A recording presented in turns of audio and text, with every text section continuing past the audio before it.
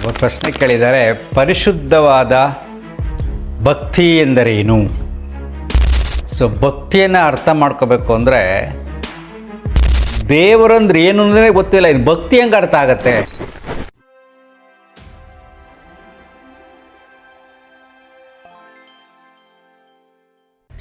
ನಮಸ್ಕಾರ ಸ್ನೇಹಿತರೆ. ಒಬ್ಬ ಪ್ರಶ್ನೆ ಕೇಳಿದ್ದಾರೆ, ಪರಿಶುದ್ಧವಾದ ಭಕ್ತಿ ಎಂದರೇನು?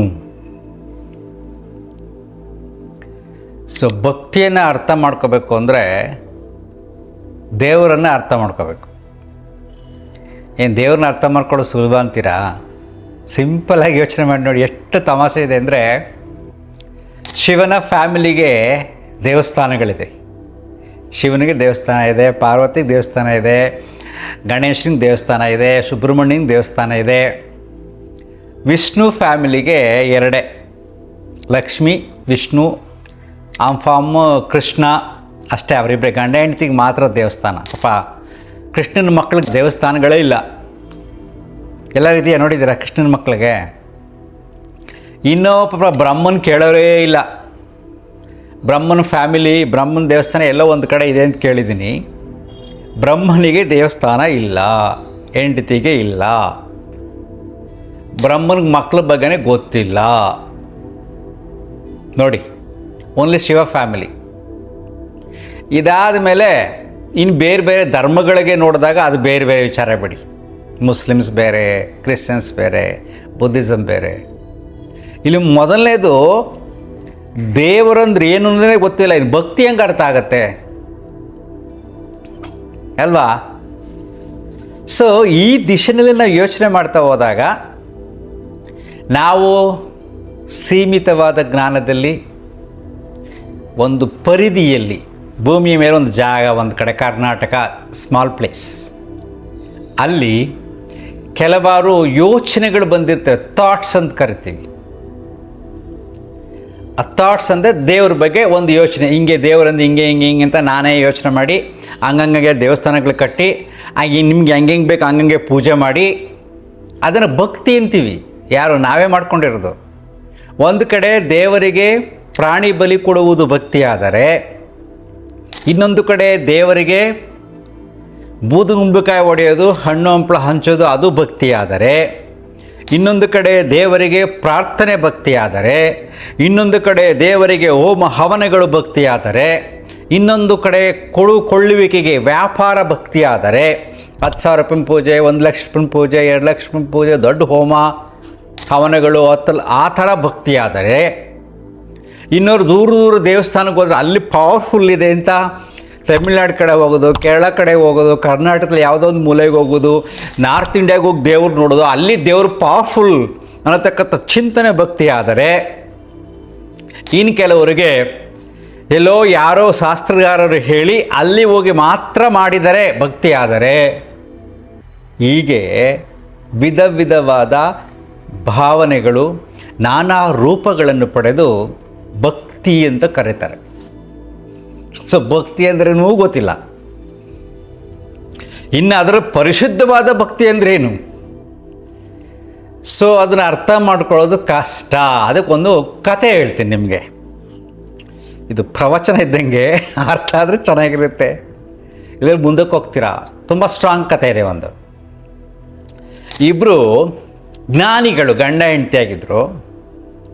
ಅವರಿಗೆ ಇಬ್ಬರು ಮಕ್ಕಳಿದ್ರು. ಮಹಾ ತತ್ವಜ್ಞಾನಿಗಳು, ಸಾಮಾನ್ಯರು, ಯಾವುದೇ ವೇಷಭೂಷಣಗಳಿಲ್ಲದೆ, ಯಾವುದೇ ಆಶ್ರಮವಿಲ್ಲದೆ, ಯಾವುದೇ ಮಠಮಂದಿರಗಳಿಲ್ಲದೆ ಒಂದು ಸೊಗಸಾದ ಜೀವನವನ್ನು ಸರಳವಾಗಿ ವ್ಯವಸಾಯ ಮಾಡಿಕೊಂಡು ಬದುಕದಿರ್ತಂಥ ಆಧ್ಯಾತ್ಮಿಕ ಜೀವಿಗಳು ಗಂಡ ಹೆಂಡತಿಯರು. ಅದಕ್ಕೆ ಆ ವಿಶ್ಲೇಷಣೆ ಹೀಗಿರಬೇಕು ಬದುಕು. ಅವ್ರಿಗಿಬ್ಬರು ಮಕ್ಕಳಿದ್ರು. ಗಂಡ ಸಂತೆಗೆ ಹೋಗಿದ್ದ ಸಾಮಾನು ತಗೊಂಬರೋಕ್ಕೆ. ಮನೆಗೆ ಬೇಕಾಗತಕ್ಕಂಥ ಸಾಮಾನುಗಳನ್ನು ತಗೊಂಡು ಗಂಡ ಬಂದ ತಕ್ಷಣ ಹೆಂಡ್ತಿ ಕಾಲಿಗೆ ಬಿಸಿ ನೀರು ಕೊಟ್ಟು, ಕಾಲು ತೊಳ್ಕೊಂಡು, ಮುಖ ತೊಳ್ಕೊಂಡು ಊಟ ಕೊಟ್ಟರು, ಬಿಸಿ ಅನ್ನ. ಕೇಳಿದ ಮಕ್ಕಳೆಲ್ಲಿ ಅಂತ. ನೀವು ಮೊದಲು ಊಟ ಮಾಡಿ, ಸುಸ್ತಾಗಿ ಬಂದಿದ್ದೀರಾ, ನಡ್ಕೊಂಡು ಬಂದಿದ್ದೀರಾ, ಆಮೇಲೆ ಹೇಳ್ತೀನಿ ಅಂದರು. ಆಯಿತು ಅಂತ ಊಟ ಮಾಡಿ ಅವ್ನು ವಿಳ್ಳೆದೆಲೆಯನ್ನು ಕೊಟ್ಟರು. ವಿಳ್ಳೆದೆಲೆ ತಿಂದು ಎಲ್ಲಿ ಮಕ್ಕಳು ಅಂತ ಕೇಳಿದ. ಆಗ ಅವಳು ಪ್ರಶ್ನೆ ಕೇಳ್ತಾಳೆ ಗಂಡನಿಗೆ, ನೋಡಿ, ನಮ್ಗೆ ಅಮೂಲ್ಯವಾದ ರತ್ನಗಳನ್ನು ಒಬ್ಬರು ಕೊಟ್ಟಿದ್ರು.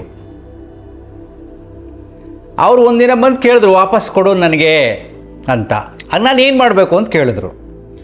ಅವರು ಕೊಟ್ಟಿದ್ದನ್ನು ಅವರು ಕೊಡೋಕ್ಕೆ ನಾನು ತುಂಬ ಸಂತೋಷ ಪಡಬೇಕು, ನಾನು ತುಂಬ ಖುಷಿಯಾಗಿ ಕೊಡಬೇಕು ಅಂದರು. ಹಾಗೆ ಆಗಿದೆ. ಇವತ್ತು ಮಕ್ಕಳು ಹೊಲದಲ್ಲಿ ಆಟ ಆಡಬೇಕಾದ್ರೆ ಹಾವು ಕಚ್ಚಿ ಸತ್ತೋಗ್ಬಿಟ್ಟಿದ್ದಾರೆ. ಅವ್ರನ್ನ ರೂಮಲ್ಲಿ ಮಲಗಿಸಿದ್ದೀನಿ. ನೀವು ಸಂತೆಯಿಂದ ಬಂದ್ರಿ, ದೂರದಿಂದ ಬಂದ್ರಿ, ಬಳಲಿದ್ರಿ ಅಂತ ಊಟ ಹಾಕಿ ಆಮೇಲೆ ಹೇಳೋಣ ಅಂತ ಸುಮ್ಮನಿದ್ದೆ, ಆ ರೂಮಲ್ಲಿ ಮಲಗಿಸಿದ್ದೀನಿ ಅಂದ್ಲು. ಅವ್ರಿಗೆ ಆಶ್ಚರ್ಯ ಆಯಿತು. ಭಗವಂತ ಅಮೂಲ್ಯವಾದ 2 ರತ್ನಗಳನ್ನು ಕೊಟ್ಟಿದ್ದ ನಮಗೆ, ಈಗ ಅವನಿಗೆ ಆಸೆ ಆಗಿರಬೇಕು, ಅದಕ್ಕೆ ಕರ್ಕೊಂಡು ಹೋಗ್ಬಿಟ್ಟ. ಹಾವಿನ ರೂಪದಲ್ಲಿ ಬಂದು ನನ್ನ ಮಕ್ಕಳಿಗೆ ಕಚ್ಚಿ ಸಾಯಿಸಿ ಕರ್ಕೊಂಡು ಹೋದ ಅಂತ ಅವಳು ಸಮಾಧಾನವಾಗಿ ಹೇಳ್ತಾ ಇದ್ದಾಳೆ. ಗಂಡ ಅಷ್ಟೇ ಸಮಾಧಾನವಾಗಿ ನೋಡ್ತಾ ಇದ್ದಾನೆ ಜೀವನದ ಸತ್ಯಗಳನ್ನು. ಅವರು ಯಾವ ರೀತಿ ಭಗವಂತನ ನಂಬಿದ್ದಾರೆ ನೋಡಿ, ಅದು ಭಕ್ತಿ. ಒಂದು ಕತೆ ಸರಳವಾಗಿದ್ದರೂ ಅದರ ಮೂಲ ತತ್ವ ಇದೆಯಲ್ಲ, ಎಲ್ಲ ಅವನದೇ ಆಗಿರುವಾಗ ನನ್ನದೇನಿದೆ ನಿಬಂಧನೆ, ನನ್ನದೇನಿದೆ ವ್ಯಾಪಾರ, ನನ್ನದೇನಿದೆ ಕೋರಿಕೆ, ಯಾವ್ಯಾವ ಕಾಲಕ್ಕೆ ಏನೇನು ಸಿಗಬೇಕೋ ಈ ಸೃಷ್ಟಿಯಲ್ಲಿ ಭಗವಂತ ಕೊಟ್ಟೇ ಕೊಡ್ತಾನೆ. ಅವನು ಕೇವಲ ಸಣ್ಣ ಪುಟ್ಟ ನಾನು ಕೊಡುವ ವಸ್ತುಗಳಿಗೆ ಒಲಿಯುವವನಲ್ಲ. ಅದು ಯಾಕೆಂದರೆ ಆ ವಸ್ತುಗಳು ನನ್ನವಲ್ಲ. 10 ಲಕ್ಷ ಖರ್ಚು ಹೋಮ ಮಾಡ್ತೀವಿ ನಾವು, ಏನಕ್ಕೆ? ದೇವರಂದ್ರೆ ಏನಾಗಾದರೆ? ಭಕ್ತಿ ಅಂದರೆ ಏನು? ಅವನಿಗೇನಕ್ಕೆ ಬೇಕು? ಸೃಷ್ಟಿಯೇ ಅವನಾಗಿರುವಾಗ, ಸೃಷ್ಟಿಯಿರತಕ್ಕಂಥ ಪ್ರತಿಯೊಂದು ವಸ್ತುಗಳ ಅವನ ಸೃಷ್ಟಿಯಾಗಿರುವಾಗ ಅವನದನ್ನು ಅವನಿಗೆ ಅರ್ಪಿಸಿ ನಾವು ಕೇಳ್ತಾ ಹೋಗ್ತೀವಿ, ಇಷ್ಟು ಮಾಡ್ತೀನಿ ಇಷ್ಟು ಕೊಡು ಅಂತ. ಅದು ಭಕ್ತಿಯಲ್ಲ.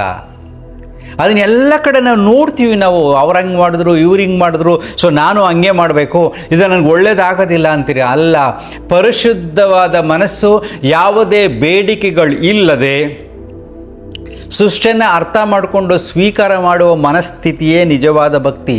ಏನೂ ಇಲ್ಲದೆ ನಿಮ್ಮ ಮನೆಯ ದೇವರ ಮನೆಯಲ್ಲಿ ಸುಮ್ಮನೆ ಕುಳಿತು ಕ್ಲೀನ್ ಮಾಡಿ ಧ್ಯಾನ ಮಾಡುವುದೇ ನಿಜವಾದ ಪೂಜೆ.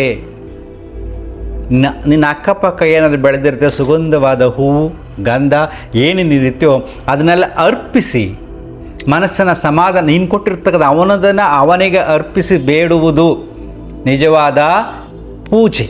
ಅವನವನು ಕೊಡ್ತೀವಿ ಅಷ್ಟೇ. ಸೊ ಈ ಪರಿಶುದ್ಧವಾದ ಭಕ್ತಿಯ ವಿಸ್ತಾರ ತುಂಬ ಇದೆ. ಏನು ಗೊತ್ತಾ, ನೀವು ಅದನ್ನು ಕಲಿಬೇಕು ಅಂದರೆ ಜಗದ ಆಟಗಳನ್ನು ನೋಡಬೇಕು. ಪರಿಶುದ್ಧತೆ ಅಂದ್ರೆ ಏನು ಅಂತ ಅರ್ಥ ಮಾಡ್ಕೋಬೇಕು. ದೇವರು ಅಂದ್ರೆ ಏನು ಅಂತ ಅರ್ಥ ಮಾಡ್ಕೋಬೇಕು. ಮಾಡ್ತಕ್ಕಂಥ ಆಚಾರ ವಿಚಾರಗಳನ್ನು ಅರ್ಥ ಮಾಡ್ಕೋಬೇಕು. ಎಲ್ಲವನ್ನು ಅರ್ಥ ಮಾಡಿಕೊಂಡಾಗ ಎಲ್ಲವನ್ನು ಬಿಡ್ತೀವಿ. ಮನಸ್ಸನ್ನು ಖಾಲಿ ಮಾಡಿ ಈ ಸೃಷ್ಟಿಯ ರಹಸ್ಯವನ್ನು ಅರ್ಥ ಮಾಡಿಕೊಂಡು ನನ್ನ ಹತ್ರ ಏನಿದೆಯೋ ಅದನ್ನು ನೋಡಿ ನಾನು ಸಂತೋಷ ಪಡ್ತೀನಿ. ಆ ಸಂತೋಷವೇ ನಿಜವಾದ ಪರಿಶುದ್ಧವಾದ ಭಕ್ತಿ. ಬೇರೇನಿಲ್ಲ. ದೇವರಿಗೆ ಯಾವುದೂ ಬೇಕಾಗಿಲ್ಲ. ನೀನು ಯಾವ ಯಾವ ದೇವಸ್ಥಾನಗಳು ಯಾವ ಯಾವ ರೀತಿಯಲ್ಲಿ ಯಾವ ವಿಧದಲ್ಲಿ ಪೂಜೆ ಮಾಡ್ತೀಯೋ ಅದೆಲ್ಲ ನಿನ್ನ ಮನಸ್ಸಿನಲ್ಲಿ ಉಂಟಾಗಿರತಕ್ಕಂಥ, ನೀನೇ ಕ್ರಿಯೇಟ್ ಮಾಡಿರತಕ್ಕಂಥ ವಿಧಿ ವಿಧಾನಗಳು ಅಷ್ಟೇ. ಅದಕ್ಕೂ ದೇವರಿಗೆ ಸಂಬಂಧ ಇಲ್ಲವೇ ಇಲ್ಲ. ಅಂತರ್ಮುಖಿ ಸದಾ ಸುಖಿ. Thank you.